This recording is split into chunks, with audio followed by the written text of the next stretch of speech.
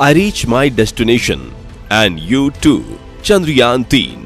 ये मैसेज मिलते ही इसरो का पूरा ग्राउंड स्टेशन तालियों की गड़गड़ाहट से गूंज उठा। इसरो ने वो कारनामा कर दिखाया जिसे दुनिया मान रही थी नामुमकिन। चांद से आए कामयाबी की तस्वीर। अब शुरू हुआ मिट्टी से लेकर एलियन तक की खोज का महाप्रयोग।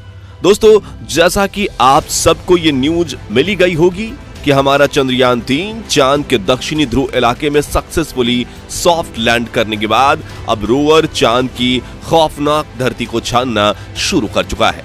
इस बड़ी उपलब्धि पर देश के पीएम और सभी राज्यों के सीएम खुद, साथ ही साथ दुनिया की सभी space agencies, NASA, Roscosmos, China और यूरोपीय अंतरिक्ष एजेंसी इसरो वैज्ञानिकों को बधाई दे चुकी है। इन सब चीजों से पता चलता है कि ये कितनी बड़ी अचीवमेंट है और अब सभी इस कामयाबी को लेकर इतने ज्यादा खुश और उत्साहित क्यों हैं। लेकिन हम आपको बता दें कि इस मिशन को अभी पूरा नहीं किया गया है। अब आगे चंद्रयान 3 मिशन को पूरा करने के लिए और क्या क्या करेगा, ये सक्सेस हमारे देश के लिए इतना महत्वपूर्ण क्यों है और साइकिल पर रॉकेट ढोने से लेकर चांद पर पहुंचने तक इसरो का ये सफर कितना बेमिसाल रहा है, आइए इस सब के बारे में डिटेल में जानते हैं। दोस्तों, इसरो वैज्ञानिकों ने जैसा प्लान किया था बिल्कुल उसके हिसाब से चलते हुए ही हमारा चंद्रयान 3 चांद के दक्षिणी ध्रुव पर सफलतापूर्वक लैंड कर चुका है। हमारे विक्रम लैंडर ने 23 अगस्त की शाम 6:03 पर सॉफ्ट लैंड किया और करोड़ों लोग इस ऐतिहासिक पल का हिस्सा बने।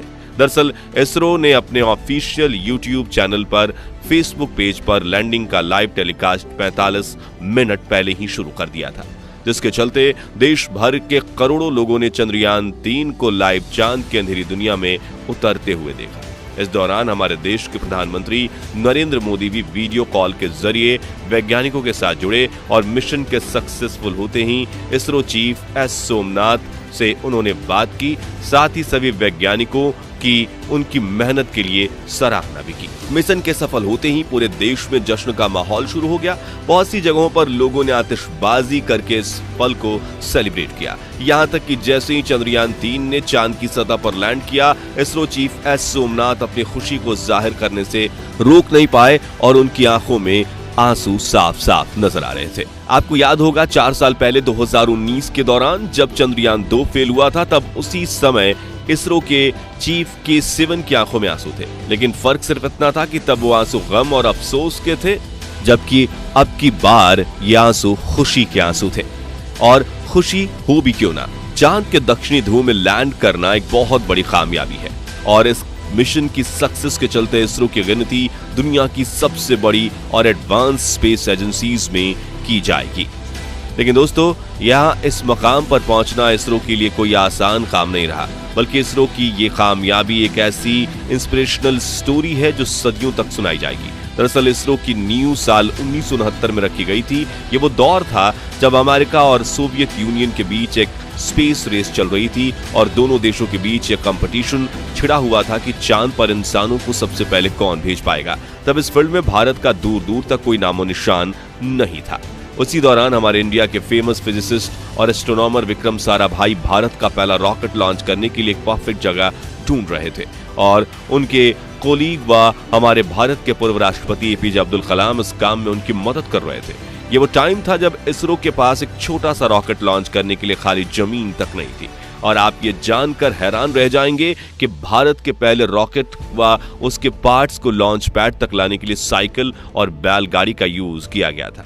उस समय कौन सोच सकता था कि ये स्पेस एजेंसी एक दिन चांद पर पहुंच जाएगी। यकीनन ये ख्वाब बस विक्रम साराभाई और एपीजे अब्दुल कलाम जैसे महान वैज्ञानिक ही देख सकते थे और वो ख्वाब अब जाकर पूरा हुआ है। आज चंद्रयान 3 के लैंड करने पर भले ही दुनिया भर से हमें बधाइयां मिल रही हैं, लेकिन 4 साल पहले जब हमारा विक्रम लैंडर चांद की सतह पर क्रैश हुआ था, तब यही दुनिया हम पर हंसी थी और हमारे वैज्ञानिकों की क्षमताओं पर सवाल उठाए गए थे। उन सवालों का जवाब देने के लिए भी चंद्रयान 3 मिशन का सफल होना बहुत जरूरी था और हम गर्व से ये कह सकते हैं कि अपने आलोचकों को हमने मुंह तोड़ जवाब दिया है।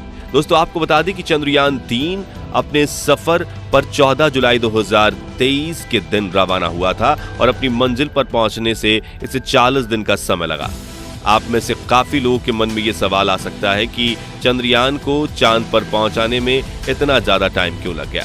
असल में दोस्तों इसका कारण यह है कि इसरो का टारगेट सिर्फ चांद पर पहुंचना ही नहीं बल्कि बहुत कम बजट में इस पूरे मिशन को अंजाम देना था। उदाहरण के लिए रूस का लूना 25 10 दिनों के अंदर चांद पर पहुंचने वाला था। उसका बजट चंद्रयान 3 के बजट से लगभग 3 गुना ज्यादा था, लेकिन फिर भी वो ये कारनामा नहीं कर पाया और लैंडिंग के लिए तय किए गए समय से 2 दिन पहले ही क्रैश हो गया। जबकि हमारा चंद्रयान भले ही धीमी गति से आगे बढ़ा, लेकिन इसने मंजिल पर पहुंचकर दिखाया। दरअसल इस मिशन के दौरान चंद्रयान 3 ने फ्यूल की जगह पृथ्वी और चांद की ग्रेविटी का इस्तेमाल ज्यादा किया, जिसने मिशन का कॉस्ट बहुत ही कम कर दिया और इसरो ने नामुमकिन बजट में इस मिशन को मुमकिन कर दिखाया। आपको ये खुद जानकर हैरानी होगी कि जितने पैसे में इसरो चांद पर पहुंच गया, उतने में तो आज एक फिल्म बनकर तैयार होती है। दोस्तों, जिस समय चंद्रयान 3 अपनी टारगेट लोकेशन पर उतरने वाला था, तब लाइव प्रसारण देख रहे लोगों और इसरो के ग्राउंड स्टेशन में मौजूद वैज्ञानिकों की टेंशन 7वें आसमान पर थी, क्योंकि इस मिशन में सिर्फ इसरो ही नहीं बल्कि भारत का भी बहुत कुछ दांव पर लगा हुआ था। ऐसे में जरा सी गड़बड़ी पूरा खेल बिगाड़ सकती थी, लेकिन हमारे वैज्ञानिकों ने अपनी सभी कैलकुलेशन और टेक्नोलॉजी को सही साबित करते हुए चांद की दक्षिणी ध्रुव पर सफलतापूर्वक लैंड किया। इस मिशन को लेकर इसरो इतना तैयार था कि अगर कुछ गड़बड़ी होती तो प्लान बी पहले से ही रेडी कर लिया गया था। साथ ही हमें यह भी जानकारी मिली थी कि अगर प्लान ए में कोई दिक्कत आती तो इसरो लैंडिंग को वहीं रोक देता और फिर यह लैंडिंग अगले महीने की जाती। यहां तक कि इसरो चीफ एस सोमनाथ ने खुले रूप से यह दावा किया था कि इस बार चंद्रयान हर हाल में लैंड करके रहेगा। इस कॉन्फिडेंस का कारण यह था कि इसरो वैज्ञानिकों ने चंद्रयान 2 में की गई अपनी पिछली गलतियों से सीखकर इस बार काफी सारे बड़े और अहम बदलाव किए थे। जैसे इस बार चंद्रयान 3 के लैंड करने के एरिया को पिछली बार से 40 गुना बड़ा रखा गया है। साथ ही विक्रम लैंडर की लेग्स को काफी ज्यादा मजबूत बनाया गया और इसमें फ्यूल की कैपेसिटी भी पहले से ज्यादा रखी गई। इसके अलावा ओवरऑल सभी सेंसर्स और कंप्यूटर सिस्टम भी ज्यादा एडवांस यूज किए गए। इन सभी चीजों के चलते वैज्ञानिकों से लेकर हम आम लोगों तक सबसे पहले ही इस मिशन के सफल होने की उम्मीद थी और हुआ भी बिल्कुल वैसा ही। लेकिन दोस्तों, आपको बता दें कि काम अभी पूरा नहीं हुआ है। अब चांद पर महाप्रयोग शुरू हो गए हैं। दरअसल रोवर को अब चांद की जमीन पर यहां वहां घूमकर कई सारे टेस्ट करने हैं जो 14 दिनों तक चलेंगे। रिसर्च के इस काम को हमारा प्रज्ञान रोवर अंजाम देगा, जिसे विक्रम लैंडर के अंदर सवार करके चांद पर भेजा गया था।